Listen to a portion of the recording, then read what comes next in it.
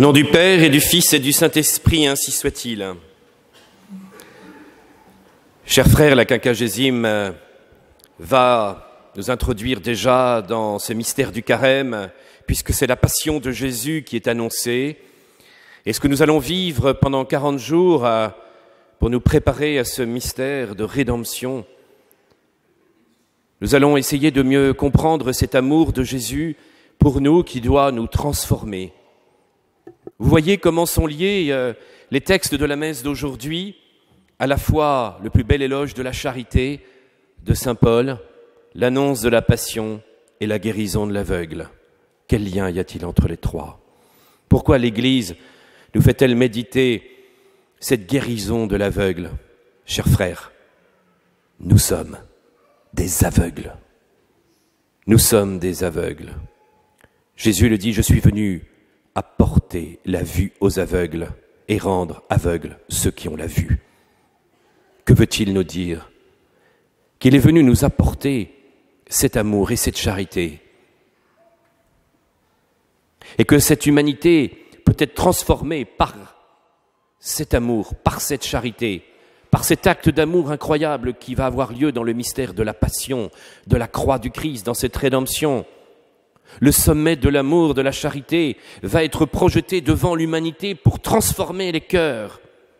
Alors nous qui étions aveugles, nous allons pouvoir être illuminés par l'amour. Éveille-toi, ô toi qui dors, et ta chair va refleurir, nous dit le psaume. Nous allons être transformés, nous étions aveugles, et le Seigneur vient nous donner cette vue de l'amour. Nous allons être illuminés par la lumière de la charité, être transformés par la puissance de l'amour du Christ. Voilà l'essentiel de notre foi. Et puis, ceux qui apparemment croyaient voir, croyaient avoir la vérité, croyaient peut-être être fidèles à la loi, ils vont peut-être se heurter au mystère du Christ, au mystère de la charité. Ceux qui croyaient pouvoir vivre le salut sans être avant tout transformés par l'amour, accepter d'être sauvés par un autre, accepter que la lumière vienne du cœur du Christ, alors ceux-là resteront peut-être aveugles parce qu'ils ne veulent pas vivre de cet amour. L'enjeu devient maintenant dans cette fidélité à la charité, la foi qui va nous permettre d'opérer avec cette charité, une foi de croire en Jésus, Fils de Dieu et Sauveur, qui va nous permettre d'aimer et d'être transformés. Cette foi agissante dans ce mystère de charité, nous avons le cœur de notre vie chrétienne, croire en Jésus Sauveur et vivre de sa passion. Voilà ce que nous devons essayer de vivre. Vous voyez, c'est l'immensité de cet amour. Il n'y a pas de plus grand amour, disait Jésus, que de donner sa vie pour ceux qu'on aime. Il l'a vécu lui-même. Je suis venu pour servir. Il a annoncé 3 fois sa passion comme quelque chose qui lui tenait le plus à cœur. J'ai tellement désiré cette heure, dit-il en rentrant, vous voyez, dans ce jardin des Oliviers, en rentrant dans cette passion. Il a tellement désiré vivre ce moment d'amour et en même temps qui va être terrible. Saint Jean nous révèle, plus exactement Jésus dans l'évangile de Saint Jean nous le dit, c'est quand vous aurez élevé le Fils de l'homme que vous comprendrez que je suis.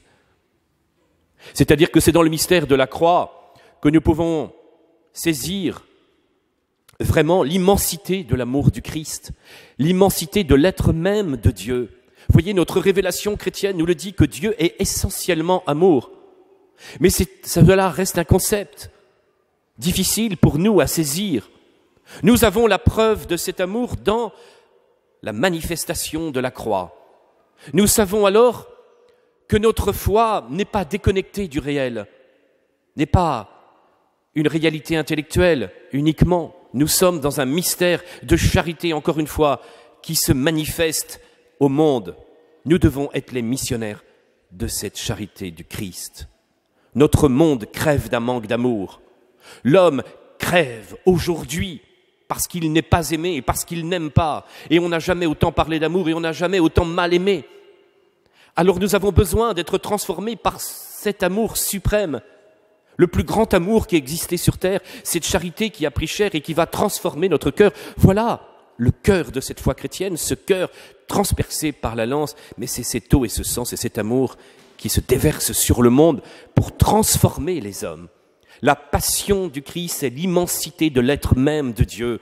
Jean-Paul II le disait dans son encyclique sur la miséricorde divine, Dives in Misericordia, que pour avoir une idée de l'infini, nous pouvions contempler la croix. Parce que c'est dans le mystère de la croix que nous pouvons comprendre l'immensité de cette charité. Qui peut résister à l'amour, sinon celui qui a un cœur fermé et mauvais? Qui peut résister à la manifestation de cet amour infini? Alors, chers frères, quand nous sommes tentés de douter de notre foi, lorsque nous sommes accablés par le poids des épreuves de la vie ou par le péché, que nous doutons de nous-mêmes, eh bien, nous devons regarder le mystère de la croix. À chaque fois que nous regardons la croix, nous savons que notre religion est vérité, parce que c'est la vérité de l'amour. Il n'y a pas de plus grande vérité que la vérité de la charité qui s'est manifestée. L'amour est au cœur même de cette notion de vérité, car dans tout attachement à la vérité, dans cette adhésion à l'être, il ne peut y avoir de connaissance que s'il y a une union, que s'il y a un mystère d'unité. Eh bien, nous sommes comblés dans notre recherche de la vérité par l'amour de Jésus, par l'amour de la croix, car cela dépasse tout ce que nous pouvions imaginer. Et notre quête de vérité et d'amour, c'est en Jésus crucifié que nous allons pouvoir la trouver, que nous allons pouvoir être comblés dans tout notre cœur. Mystère de charité infinie. Et ce mystère de charité infinie, eh bien, nous le voyons tout au long de la passion de Jésus. Cette passion du Christ, vous voyez, est la preuve vraiment de cette charité décrite par saint Paul. La charité est serviable, elle n'est pas jalouse, elle est patiente. Et la charité nous conduit justement à cet amour total, à cette contemplation. Alors, dans la charité de la passion, nous voyons la patience, nous voyons le pardon, nous voyons la charité immense, nous voyons que c'est Jésus qui incarne dans sa passion cette description de la charité par saint Paul.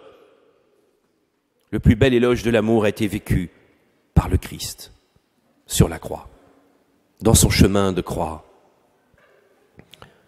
Oui, quand il est insulté, calomnié, Jésus est dans la patience. Il y aurait de quoi être révolté, lui qui est tout-puissant. Il est dans cette patience face aux fausses accusations. Il est dans le pardon des péchés. Père, pardonne-leur parce qu'ils ne savent pas ce qu'ils font. Il pardonne aux bolarons. Il pardonne au peuple qui l'insulte. Il est dans ce mystère de pardon. Il est dans la charité. Il prévient ces femmes de Jérusalem qu'un malheur va arriver sur elles. Il ouvre son cœur véritablement au bon larron, disant « Aujourd'hui, tu seras au paradis avec moi ». Il crie sa soif des âmes « J'ai soif ». Cette passion du Christ est vraiment la puissance infinie de l'amour, la révélation de l'être même de Dieu. Sainte Thérèse d'Avila, alors qu'elle avait commencé une vie religieuse, dit-elle, un peu médiocre,